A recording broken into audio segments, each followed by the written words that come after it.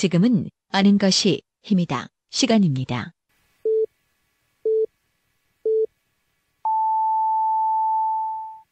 Welcome to the best podcast. Knowledge is power. I'm 뉴스 제1부. 정PD의 세상에 100대영은 없다는 KBS 라디오 매거진 수요일 방송분을 재편집한 것입니다.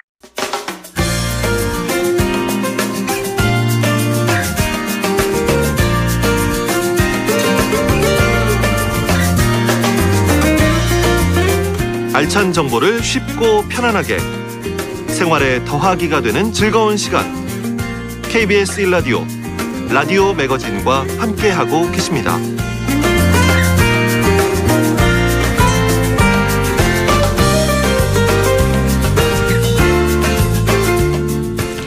매주 수요일 이분을 만나면 뉴스가 재밌어집니다. 세상에 100대 0은 없다. 팟캐스트 아는 것이 힘이다의 정진호 PD 나오셨습니다. 안녕하세요. 네, 안녕하십니까. 팟캐스트 아는 것입니다. 정진호 PD입니다. 오늘은 화사하게 네. 입고 오셨어요.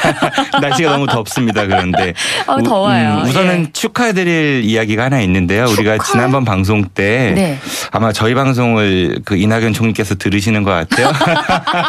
네, 전기요금 누진제를 한시적으로 좀 정부에서 검토를 적극적으로 해야겠다라는 국무회의에서 이야기를 했다고 하더라고요. 정부에서 네, 우리 네. 방송을 들으셨을 가능성이 꽤 네. 높습니다. 이 모든 게 전유미 예. 아나운서와 우리 이은미 작가님의 네. 네. 네, 자 오늘은 어떤 얘기 해볼까요? 그래요. 혹시 네. 우리 전유미 아나운서께서는 네. 현재 한참 청약 얼마 전에 이제 어제 진행했었죠. 도안 호수공원 네, 3블럭 네. 그러니까 갑천 트리플시티 이야기 들어보셨는지요? 그럼요. 얘기는 들어봤습니다만 저는 청약- 부동산에 대해서 잘 몰랐어요.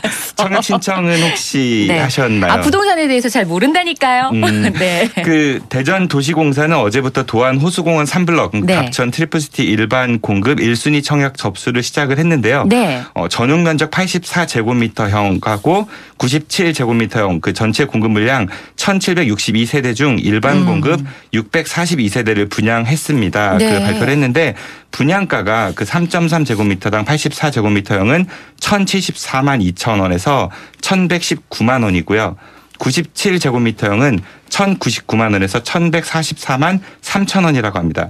전매 제한 기간은 1년이고요. 사전 분양권 거래는 당연히 불법입니다. 네.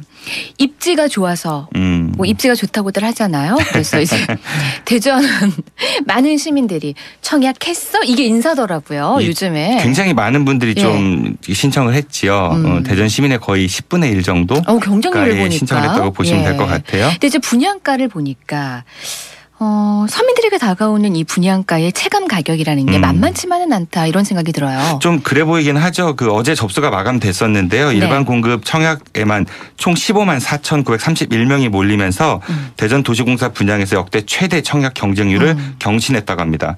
그 대전도시공사 등에 따르면은 이날 청약 결과 그 갑천 3블럭 트리플시티 일반 공급 물량인 642가구에 대한 평균 경쟁률이 무려 241대 1을 기록했고요. 네. 그 일반 공급 A형의 경우는 537.5대 1을 기록했다고 합니다.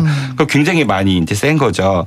그 모건대학교 금융보험부동산학과의 정재호 교수에 네. 따르면요. 근데 이 갑천 3블럭 공동주택 사업이 사업 발표 이후 바로 진행되지 않고 그러니까 수년간 좀 끌었어요. 맞아요. 그러다 보니까 예. 이제 기대 심리가 커져서 대기 수요를 만들어낸 것이 이런 분양가 상승의 큰 원인이 아니었는가라고 그 지적을 하고요. 네. 또 호수공원이라는 이점이 그 3블럭 분양에 크게 작용을 했고 또 평균 분양가가 1,119만 9천 원으로 책정되었기 때문에 네.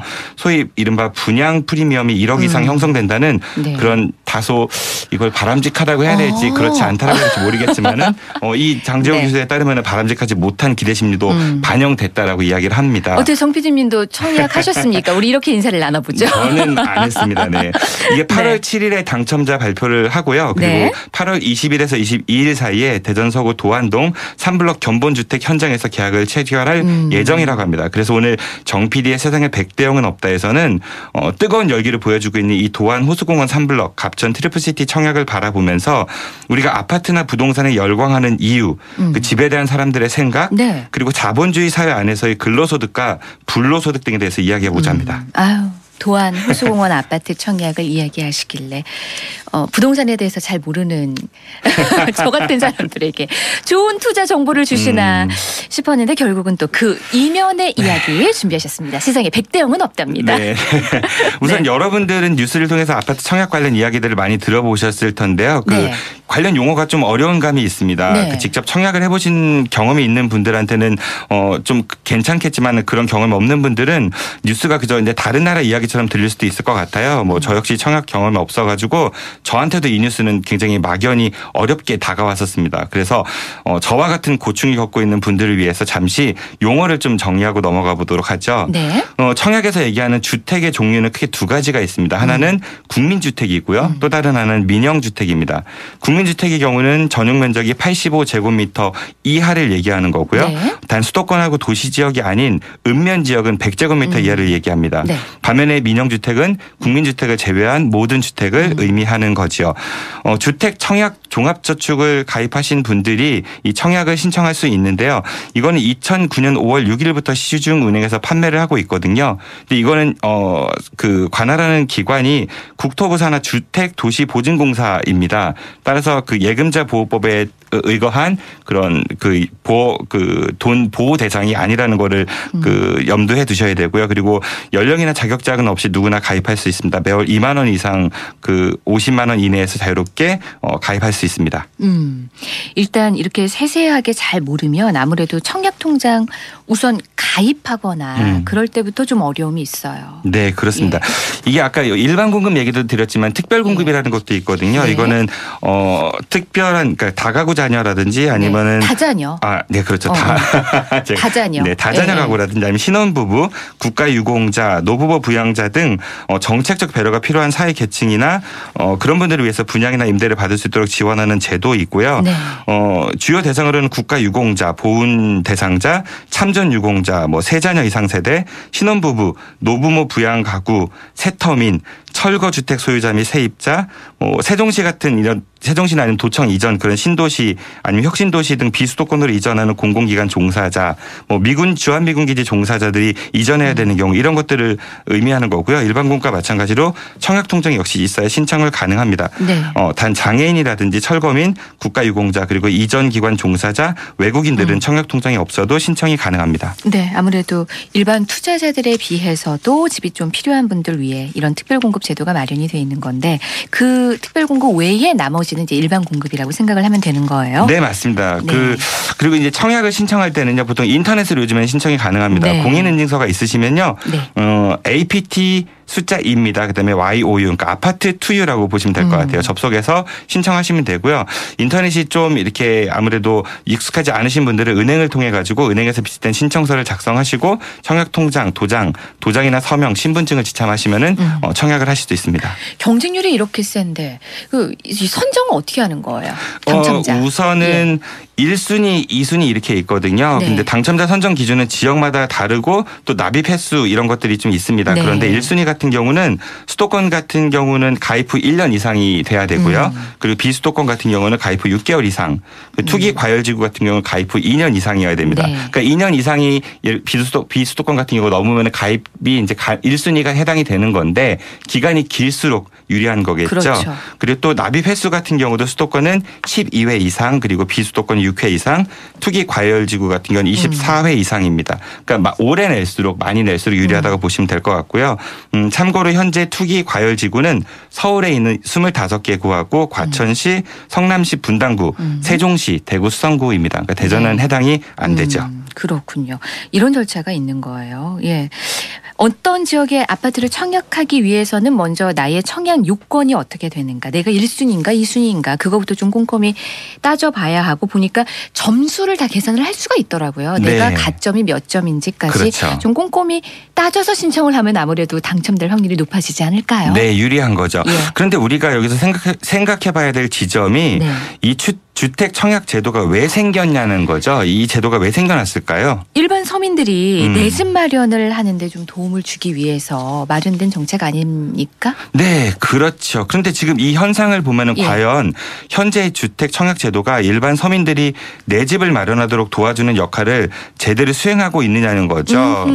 정말 경제적 여유가 부족한 사람들이 이 제도를 통해서 내 집을 마련하고 있는지 아니면 투자라는 이름 아래 행해진 일종의 투기가 이루어져서 상대적으로 경제적 여유가 있는 사람들의 또 다른 재산 증식의 수단으로 이용되고 있는 건 아닌지 네. 굳이 설명을 드리지 않아도 청취자 여러분들께서 공감하시는 지점이 있으실 겁니다. 우리가 전에 한번 이런 얘기 한 적이 있었는데요. 주택의 궁극적인 목적은 주거 개념 아니겠습니까? 근데 오늘날 우리나라에서 벌어지고 있는 이런 아파트 청약 같은 현상들을 보면요. 이거는 주거의 측면보다는 재산 증식의 수단으로 보는 게 어찌 보면 좀 더 솔직한 이야기가 아닌가 싶습니다. 좀 씁쓸하긴 하죠. 하지만 그게 또 맞는 말인 것 같아요. 아무래도 사회가 좀 불안정한 부분들도 있고 미래가 불투명하다고 생각이 되니까 우리가 가장 안전하다고 믿는 게 어찌 보면 집이나 부동산이 돼버린 것 같아요. 그래서 사람들의 투자, 심하면 투기 이렇게 몰리는 게 아닐까요?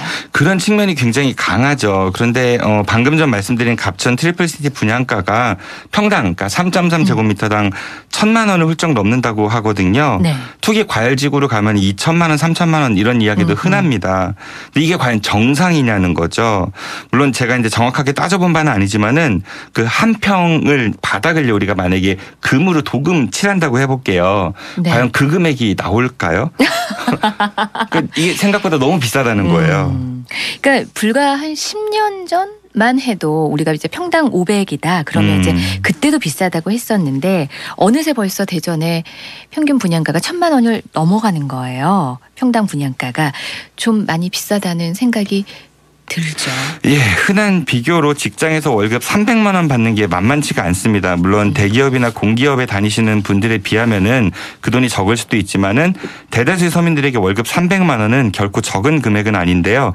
이 300만 원의 월급을 한 푼도 안 쓰는 겁니다. 예, 먹지도 않고. 네, 그거를 계속 모아요. 현재 기준으로 보면요. 10년 가까이를 모아야 이 갑천 트리플시티 아파트를 한 채 살 수 있습니다.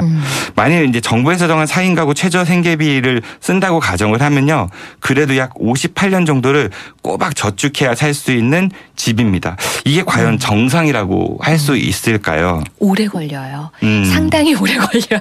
그래서 일을 해서 이런 돈을 모은다는 게 오늘날은 거의 불가능합니다. 과거에 이제 우리 어르신 세대들 같은 경우는 열심히 일하셔가지고 월급 모으고 해서 저축하시고 그 돈을 모아서 집을 장만하시고 이런 것들이 어느 정도 사회적으로 가능한 구조였다라고 하면은 지금은 그런 게 굉장히 어렵죠. 그래서 사람들이 일을 하지 않고도 벌 수 있는 소득, 그러니까 불로소득이라고 하죠. 이걸 통해서 돈을 벌려고 합니다. 그래서 투자나 투기 이런 용어들이 등장을 하는 거고요. 이런 욕망들이 모이다 보니까 투자 혹은 투기 열기가 과열될 수밖에 없고요. 결국은 오늘날과 같은 현상이 일어나는 게 아닌가 싶습니다. 우리가 학교에서 배우잖아요. 또 아이들에게도 그렇게 가르치죠. 아직까지도 서로 우리가 돕고 잘 살아야 한다. 그러는데 이제 실상 현실을 보면 그렇지 못하다는 걸 너무나 이제 몸소 느끼니까 안타까운 거죠. 그러니까 교과서에서 우리가 배운 내용하고 일반 사회하고는 비슷한 측면들도 많지만 정말 정반대로 가는 부분들도 많죠. 일을 해서 돈을 모아 집 사는 시대는 오늘날은 거의 불가능하다고 아까도 말씀드렸고요. 이제는 근로소득, 그러니까 일해서 돈을 버는 이외의 수단을 통해야만, 그리고 아주 운도 좋아야 되고요. 그리고 또 경쟁자들을 제껴야 됩니다. 그래야만 집을 살 수 있는 시대가 되어버린 겁니다.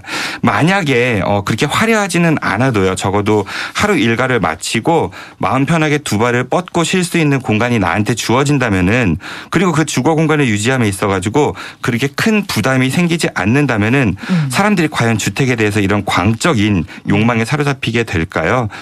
그래서 저는 사회 안전망이 무엇보다 중요한 게 아닌가 생각합니다. 집이 더 이상 재산의 수단이 아니라 주거 목적의 기능이 우선시되는 그런 사회가 됐으면 좋겠습니다. 재산의 수단이기 앞서서 사는 곳, 주거, 우리가 정말 두 다리 뻗고 잘 수 있는 그런 공간의 기능으로 먼저 돼야 되지 않느냐 이런 말씀이십니다. 오늘은 도안 호수공원 3블록 갑천 트리플시티 청약 뉴스를 보면서 이 주택 청약에 대한 사항들에 대한 정보 뭐 그런 것들도 드렸지만 이 주택의 개념까지도 저희가 한 번 더 생각해보는 그런 시간 마련해봤습니다. 팟캐스트 아는 것이 힘이다의 정진호 PD와 함께했습니다. 정진호 PD 다음 주에 뵙겠습니다. 네, 고맙습니다.